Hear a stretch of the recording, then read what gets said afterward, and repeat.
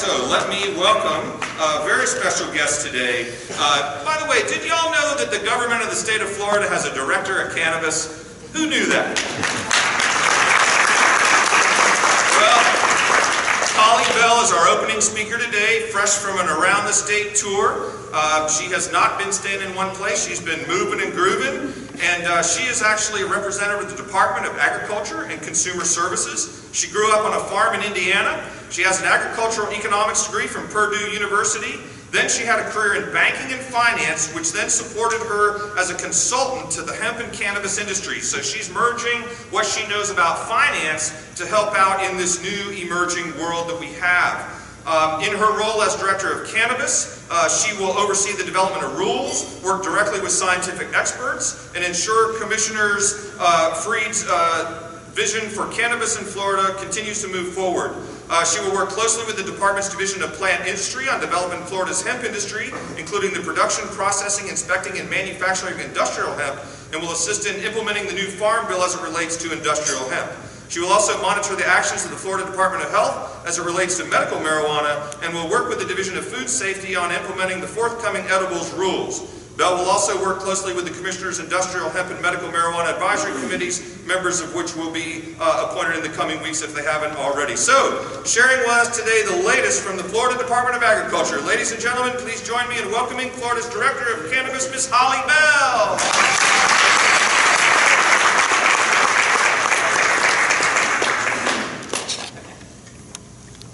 Move this down. Can everybody hear me? Wow, I've never sounded so good. That was awesome. I can come back and do this frequently. Appreciate you all being here today. It's been a whirlwind week for us at FDAX is what we call it. And I've seen some of you throughout this last week, but what happened in the last week was on May 3rd, we got a hemp bill approved by the Senate. And then we went into rulemaking, and so we did this tour where we all got in 2 vans. We drove down to Fort Lauderdale. We did a public workshop to get input on what everybody thought the hemp program should be. Then we got in a van, drove over to Tampa, did it again on Friday. Then we got in a van, drove home to Tallahassee, and did it again on Monday. We got great feedback, so thank you to the public for that. It was awesome. And I'm very blessed and fortunate to be the very first director of cannabis in the state of Florida. The impact of that kind of got to me when I came down. I accepted the job from the commissioner. I've known her for quite a while, and my husband said to me, "You do know you just made history. You are a first of something." And I was like, wow, no, I hadn't really thought of that. So it's been a lot of fun, and I'm very fortunate to work with an amazing team, amazing people in the industry, and get to do this. So on Tuesday night, Governor DeSantis signed our industrial hemp bill. So it is now law, and it will be effective July 1, which is Monday. So we are now right up there with all the other states.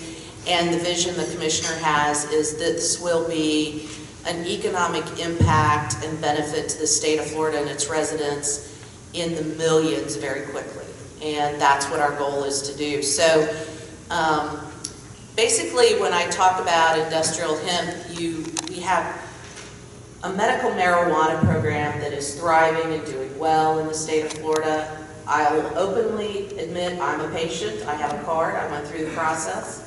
And it is really benefiting a lot of people. I hear from them on a regular basis, and I also help people on a regular basis. I am not over the medical marijuana program. That is Courtney Coppola, but I do assist because the edibles piece falls under food safety, which is part of Department of Agriculture and Consumer Services. So we do assist them with that. We have our rules done. We're waiting on them to get their rules done for edibles. And then hopefully very soon, for you consumers, you will have the option of edibles in the dispensaries. And that'll be a great thing for the state of Florida. The other thing, medical marijuana dispensaries do sell CBD oil. Their CBD oil has a little higher level of THC than an over-the-counter like some people out here in the audience have. So one of the things that I love about walking the room this morning is the education that I got in the few minutes I walked around the room by everybody helping me understand, and I do understand a lot of it, but the education was great.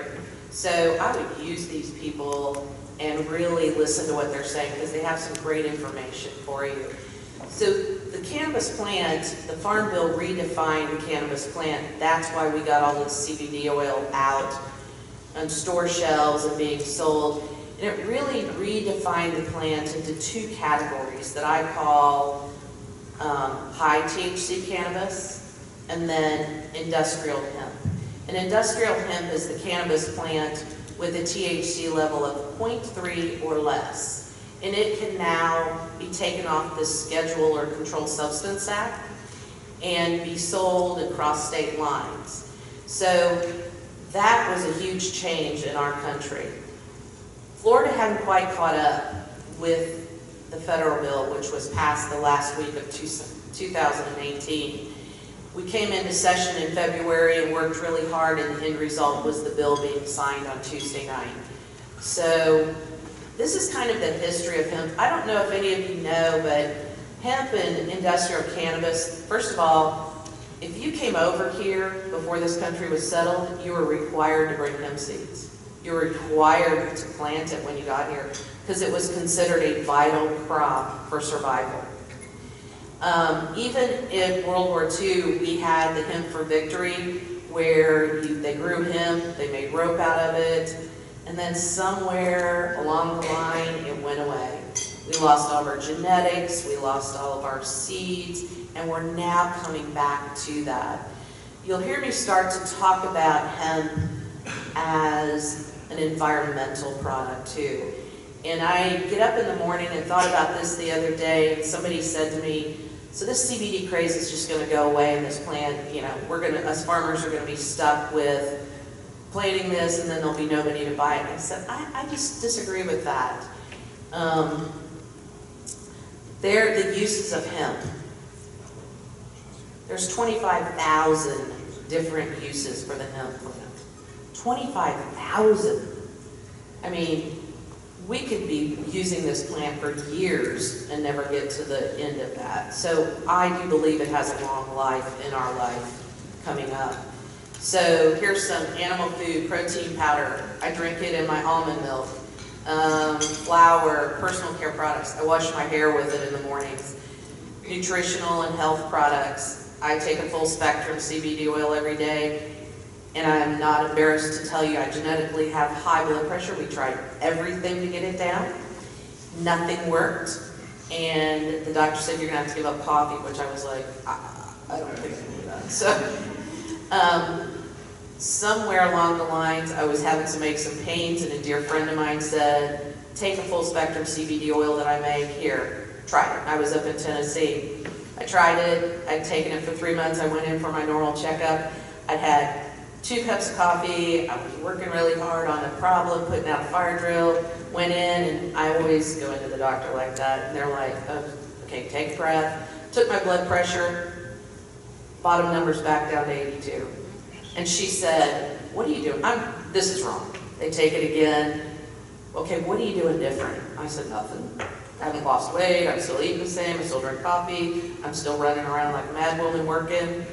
And I said, you know what I am doing different? I've been taking the CBD oil every day. So I give that the credit for pulling my blood pressure down. So I believe in it, and I do it every day, and it's made me feel a whole lot better. So the 25,000 different uses, here's some more. People make tea out of it. Joint cream, I'm 57, and I moved the other night because my husband's up in Tennessee finishing our house sale up there. So we've been living in an Airbnb for 6 months, and I worked all day, and then at 7 o'clock started moving stuff we'd accumulated into our new house. And by midnight I was done, standing there going, I'm way too old to do this. So what did I do? I went and got my salve with CBD in it, and put it on my back, put it on my arms, put it on my hip that hurts. Woke up the next morning and I felt really good. I know I would have been a lot stiffer had I not done that. So it really does work for me. So this plant, you can make clothes out of it. Sometimes I wear a hemp dress. China's about 10 years ahead of us making cloth out of cannabis. It's coming to the United States. Think about the environmental impact of putting hemp towels in every hotel, which is our #2 industry in the state of Florida. It takes less water to wash, less strength in detergent because they're microbial, and it's going to be better for the environment. This is Bob Clayton. He took it upon himself to make a hemp house in Tarpon Springs. And he imported hemp, mixed it with lime and made hempcrete, and built his house. It is stronger, healthier, fire resistant, energy efficient, all of the above. #3 industry in Florida, building. What if we started building with hempcrete? And so after you take the flower off the plants or the seeds, and then you chop up what's left, you make hempcrete, you use it for bedding for animal, maybe you feed it to animals. No part of this crop will be wasted when it's grown. So again, environmentally friendly. If you're a car advocate, Porsche last year made a race car out of hemp composites. Stronger than any plastic you'll ever find. So this is kind of some numbers on the growth of the hemp industry and why the feds actually passed the bill. Kentucky, Tennessee, Colorado, Montana have been leading the charge as states growing the product. It is a $1 billion industry as of 2019. It ended the year in gross revenues at $893 million, and in 2019 is already at $1 billion. So this is our bill that got passed, and the governor signed Tuesday night. The vision that I came down to implement for Commissioner Freed, who is the Commissioner for the Department of Agriculture and Consumer Services, was a hemp program that could provide an alternative crop to farmers who are struggling, tree farmers in the Panhandle that lost their crop to Hurricane Michael, citrus farmers, vegetable farmers. This is an alternative for them to grow and have a ready market for it. Then processors who would process that crop, manufacturers, you have some here who will manufacture a product out of that crop, and then retailers. So it could be a huge economic impact at so many different levels for the state. This is another just slide that talks about some of the things that we can do here in Florida. The other thing that a lot of people don't realize until you get down here is we're such a prolific state to grow things. We have a nursery system in this state that exists that is unlike any in the country. And this crop is typically grown from a little seedling like fruits and vegetables, which they sell right now for 32 cents. The seedlings are sold for hemp at about $3 or $4. So imagine our nursery people can convert some of their space into growing these seeds and exporting them around the country or around the world. We have just given them a huge source of revenue that they didn't have before. It can be mixed with timber to make paper products, wood from products. It can be mixed with cotton. So any place you see the word polyester, insert hemp. Cotton, polyester blend, make it a cotton hemp blend. Polyester isn't biodegradable, hemp is. Here are some of the sales that have happened in the different categories throughout this last year. The rate of growth is in the high double digits for this industry, and I don't really see it slowing down over the next couple of years. Here are some of the major retailers you're going to see now that our bill is passed and it's federally state legal here in the state of Florida. These are some of them that you'll see carrying the product, and I'm sure they didn't have it out there before. We are finishing our rulemaking workshops, and what I tell people, because I'm new to government, I came from the private sector, think of the bill as our outline for the hemp program. Think of the rules we are drafting as the detail of the who, what, why, how, when, and where.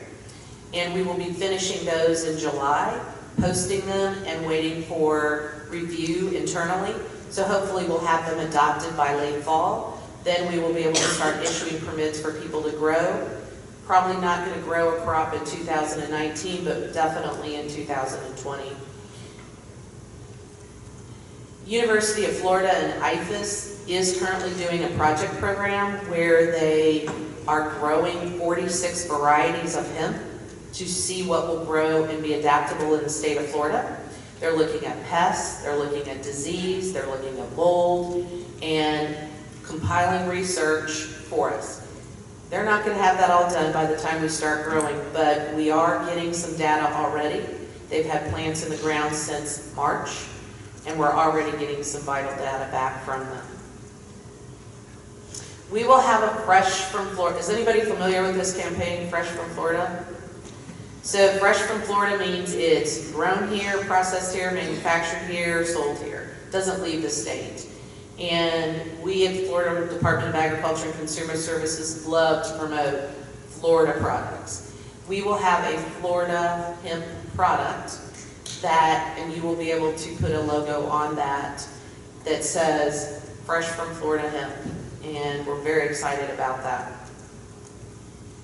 We have a logo, it was on my first slide too. So hemp. I live it every day, I love it. I also work with medical marijuana and love that. When I told my daughter that I was coming down in my family to do this job, they all laughed hysterically.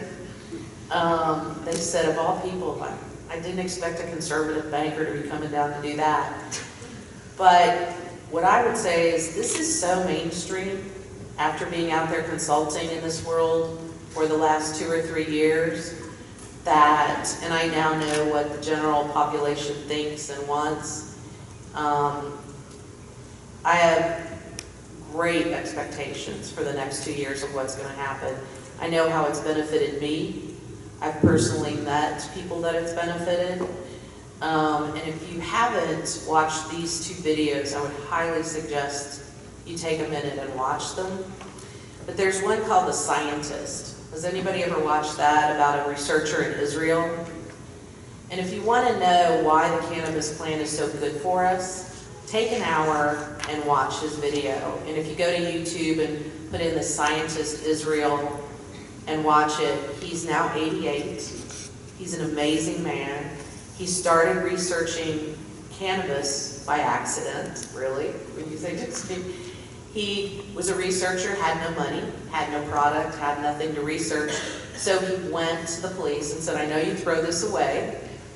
Could I have it to research it? And they said, yeah, sure. We just burn it, throw it away.